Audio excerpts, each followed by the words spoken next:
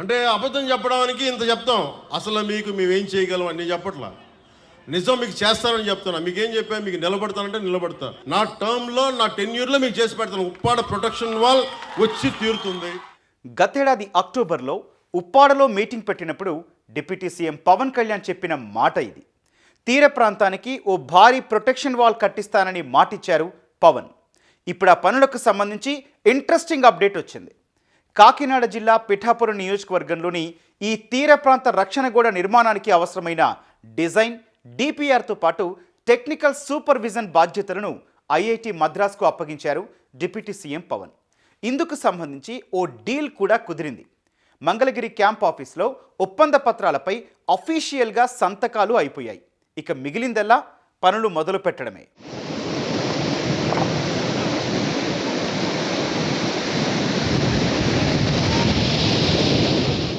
అయితే ఈ భారీ ప్రొటెక్షన్ వాల్ కోసం ఎంత ఖర్చు చేస్తున్నారో తెలుసా?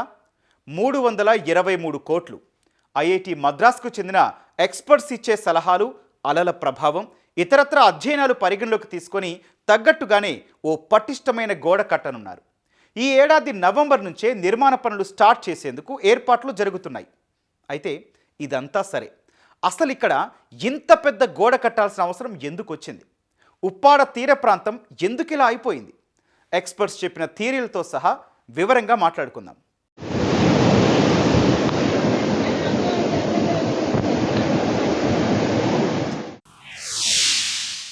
సముద్ర కోత ఉప్పాడ తీరాన్ని ఎన్నో ఏళ్లుగా తీవ్ర అవస్థలకు గురి చేస్తున్న అతిపెద్ద సమస్య ఇది.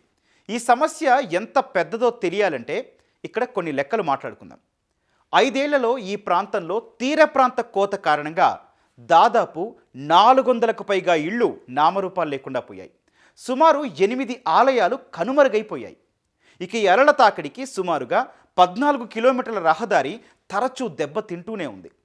25 ఏళ్లలో కొత్తపల్లి మండలం సుబ్బంపేట నుంచి మాయాపట్నం వరకు ఈ సముద్ర కోత కారణంగా ఎన్నో గ్రామాలు కనిపించకుండా పోయాయి. ఇక వందలాది ఎకరాల వ్యవసాయ భూముల పరిస్థితి ఇంతే. ఇప్పటి వరకు ఉప్పాడతో పాటు ఈ తీరాన్ని ఆనుకొని ఉన్న అన్ని గ్రామాల్లో కలిపి 1360 ఎకరాలకు పైగా కోతకు గురైంది. ఉప్పాడ కాకినాడ బీచ్ రోడ్డుకి ఎప్పుడూ రిపేర్లు చేయాల్సి వచ్చేది. ఇందుకోసమే కోట్ల రూపాయలు ఖర్చు చేయాల్సి వచ్చేది. తీరానికి అతి సమీపంలో ఉన్న స్కూల్స్, బస్టాండ్లు సహా ఇతరత్రా నిర్మాణాలన్నీ సముద్ర గర్భంలో కలిసిపోయాయి.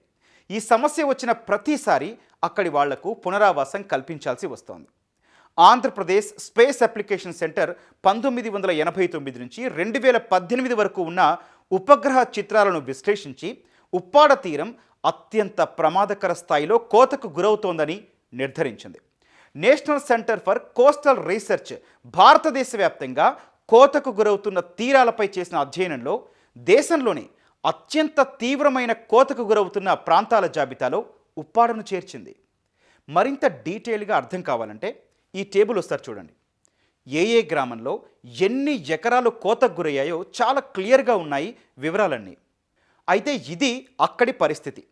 సమస్య ఉంది సరే, కానీ ఈ తీరానికే ఎందుకింత ముప్పు? డేంజర్ జోన్ అనే ముద్ర ఎందుకు పడింది? ఇన్ని వందల ఎకరాలు ఎందుకు కోతకు గురయ్యాయి? ఏంటి మిస్టరీ? ఉప్పాడ తీర ప్రాంతం ఈ స్థాయిలో కోతకు గురి కావడానికి కొన్ని కారణాలున్నాయి. అందులో మొట్టమొదటి చూస్తే భౌగోళిక స్వరూపం. జియోగ్రాఫికల్గా చూస్తే ఉప్పాడ వద్ద కోస్ట్ లైన్ అంతా కాన్కేవ్ షేప్లో ఉంటుంది. అంటే పుటాకారం అంటాం కదా, అలా. ఇలా ఉండడం వల్ల సముద్రంలో వచ్చే బలమైన అలలు నేరుగా వచ్చి తీరాన్ని బలంగా ఢీకొట్టేందుకు అవకాశం ఉంటుంది. ఇక బంగాళాఖాతంలో తరచూ అల్పపీడనాలు, తుఫాన్లు వస్తూనే ఉంటాయి. ఆ సమయాల్లో ఉప్పాడ తీరంలోని అలలు భారీ ఎత్తున ఎగిసిపడుతుంటాయి. తీరంలో ఉన్న ఇసుకనంతా సముద్రంలోకి లాగేసుకుంటాయి. అలా తీర ప్రాంతం కోతకు గురవుతూ ఉంటుంది. పైగా ఈ తీర ప్రాంతానికి సహజ వాలు తక్కువ. ఎప్పుడైనా తీరం వాలుగా ఉంటే అలలు తాకినా పైకి వెళ్ళిపోయి వాటిలో ఉండే ప్రెజర్ తగ్గిపోతుంది. ఉప్పాడ వద్ద ఈ వాలు లేకపోవడం వల్ల బలంగా ఢీకొట్టిన ప్రతిసారి ప్రెజర్ పెరిగి తీరం కోసుకుపోతోంది.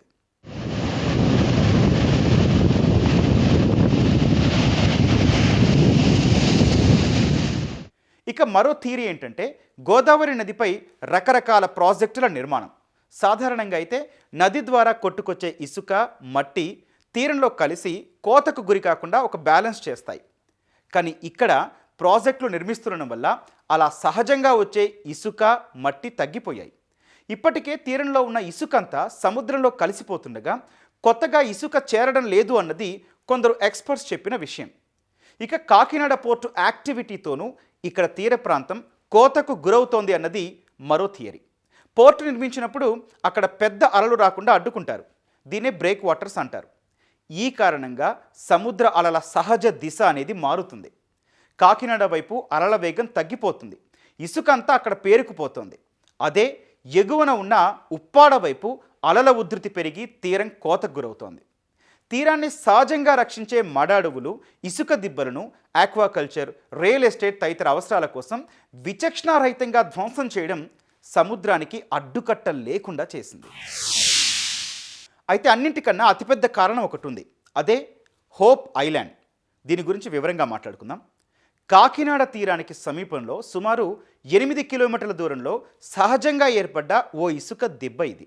ఎన్నో ఏళ్ల పాటు గోదావరి నది నుంచి ఇసుక అంతా కొట్టుకొచ్చి ఒకే చోట పేరుకుపోయింది. దీన్నే హోప్ ఐలాండ్ అని పిలుస్తున్నారు. ఐలాండ్ వద్దకు భారీ అలలు వస్తుంటాయి. అయితే అక్కడి నుంచే వాటి డైరెక్షన్ మారుతోంది. అలలన్నీ కూడా ఒకే చోటకు చేరతాయి. అవి బలంగా ఉప్పాడ వైపు వచ్చి తీరాన్ని తాకుతుంటాయి. ఈ కారణంగానే తీరం కోతకు గురవుతోంది. కాకినాడకు తుఫాన్ల నుంచి కాపాడే రక్షణ కవచంగా ఉంటున్న ఇదే హోప్ ఐలాండ్ ఉప్పాడను మాత్రం ఒక డేంజర్ జోన్లోకి నెడుతోంది. సహజంగా కాకినాడ తీరానికి చేరాల్సిన అలలను ఈ ఐలాండ్ అడ్డుకొని వాటి రూటే మార్చేస్తోంది. అలా దిశ మారిన అలలన్నీ ఒక్కటై పుటాకారంలో ఉండే ఉప్పాడ తీరాన్ని తాకుతున్నాయి. అందుకే ఇంత నష్టం జరుగుతోంది. అయితే ఈ తీర ప్రాంత కోతను అడ్డుకునేందుకు 2009లో దాదాపు 12 కోట్ల రూపాయల ఖర్చుతో జియో ట్యూబ్ నిర్మించారు. జియో ట్యూబ్ అంటే భారీ మొత్తంలో ఇసుకతో నింపిన ఒక ఆర్టిఫిషియల్ ట్యూబ్ అన్నమాట. అప్పట్లో తీర ప్రాంతాన్ని రక్షించేందుకు ఇది ఏర్పాటు చేసినా ఎక్కువ కాలం పాటు ఇది నిలవలేదు. హుద్హుద్ అట్లాగే ఫైలిన్ వంటి తుపానులు భారీ అలలను సింథటిక్ గొట్టాలు తట్టుకోలేకపోయాయి. సరైన నిర్వహణ లేకపోవడం, మత్స్యకారుల పడవల లంగర్లు తగిలి దెబ్బతినడం వల్ల ఆ ప్రయోగం ఫెయిల్ అయింది. ఫలితంగా సమస్య మళ్ళీ మొదటికే వచ్చింది. తాత్కాలికంగా పెద్ద పెద్ద బండరాళ్ళు తీసుకొచ్చి ఇదిగో ఇలా ఏర్పాటు చేశారు. అలల తాకిడికి ఇది కూడా పెద్దగా పనిచేయలేదు. మత్స్యకార కుటుంబాలు ఎప్పుడూ కూడా భయంతోనే గడపాల్సిన పరిస్థితి వచ్చింది. అందుకే దీనికో పర్మనెంట్ సొల్యూషన్ ఉండాలని భావించింది కూటమి ప్రభుత్వం. అందులో భాగమే రిటైనింగ్ వాల్ నిర్మాణం. ఈ ప్రాజెక్టు కోసం మొత్తం 323 కోట్లు కేటాయించగా కేంద్రం 90%, రాష్ట్రం 10% ఖర్చు చేసే విధంగా ప్రతిపాదనలు సిద్ధమయ్యాయి. మరి ఈ ప్రాజెక్టులో భాగంగా ఏం చేయనున్నారు? ప్రస్తుతానికి సమాచారం ప్రకారం చూస్తే నేమాంగ్ గ్రామం నుంచి మొదలుపెట్టి అమీనాబాద్ వరకు దాదాపు 20 గ్రోయిన్లు నిర్మిస్తారు. గ్రోయిన్లు అంటే గోడలు లాంటివే. సముద్రపు అలలు బలంగా తీరాన్ని తాకకుండా అతిపెద్ద గోడ కడతారు. అక్కడక్కడ ప్రొటెక్టివ్ వాల్స్ కూడా నిర్మిస్తారు. హోప్ ఐలాండ్ సమస్యకు పరిష్కారంగా అక్కడే మడ అడవులు పెంచడంతో పాటు ఆర్టిఫిషియల్గా సిమెంట్తో కొన్ని దిబ్బలు ఏర్పాటు చేస్తారు. ఇలా చేయడం వల్ల అలల వేగం తగ్గి తీరం కోతకు గురి కాకుండా ఉంటుందని భావిస్తున్నారు. వాకలపూడి యు కొత్తపల్లి మండలం అమీనాబాద్ చేపల చెరువు వరకు చూస్తే మొత్తం 14.5 కిలోమీటర్ల మేర ఈ రిటైనింగ్ వాల్ నిర్మించనున్నారు. ఇక ఇదే ప్రాజెక్టులో భాగంగా ఉప్పాడ వద్ద గ్రీన్ ఫీల్డ్ నిర్మించాలన్న ప్రతిపాదనలు ఉన్నాయి. హోప్ ఐలాండ్కు బయోషీల్డ్ పనులు కూడా చేపట్టనున్నారు.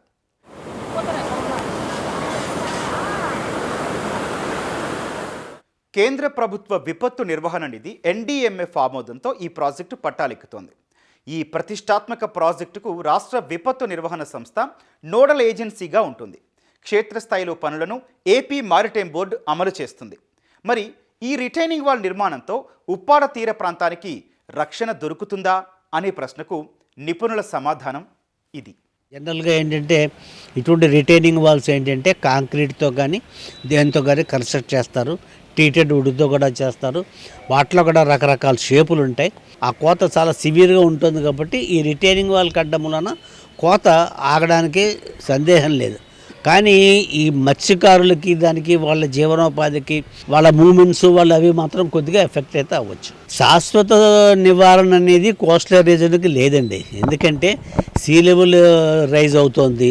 ఆ సివియర్ ఎరోజన్ కంట్రోల్ చేయడానికి టెట్రోబాట్స్ వాడతారు, కోస్టల్ వాల్ వాడతారు. మన ఆంధ్రప్రదేశ్ గవర్నమెంటే 1000 కిలోమీటర్స్ సైడ్ కూడా ఒక 5 కిలోమీటర్స్ విడుతులో గ్రేట్ సీ వాల్ అని ఒకటి కడదాం అనుకుంటున్నారు. అది 2030కి టార్గెట్ పెట్టుకున్నారు. ఇవన్నీ కూడా కొన్ని మెజర్స్. బట్ ఏ మెజర్ కూడా శాశ్వత నివారణ ఇస్తుందనడానికి టెంపరీగా మొన్న చూశారు కదా, శాండ్ బ్యాగ్స్ వేశారు. అదొక పద్ధతి. రకరకాల పద్ధతులు ఉన్నాయి. బట్ సముద్రాన్ని మనం ఆ సీ లెవెల్ రైజ్ని ఎరోజుని ఇక్కడ శాశ్వతంగా మనం కంట్రోల్ చేస్తూ ఉంటే మాత్రం అంత ఇది లేదు. ఇది బేసిక్గా ఈ ప్రాజెక్టు స్వరూపం. తమ ఉనికి ఏమైపోతుందోనని భయపడ్డ తీర ప్రాంత ప్రజలకు ఈ రక్షణ కూడా ఎంతో కొంత భరోసా అయితే ఇవ్వనుంది. మరి డిప్యూటీ సీఎం పవన్ కళ్యాణ్ ప్రతిష్టాత్మకంగా తీసుకున్న ఈ ప్రాజెక్టు ఎప్పటికల్లా పూర్తవుతుంది, సమస్యకు ఎలాంటి పరిష్కారం చూపించనుంది అన్నది చూడాలి.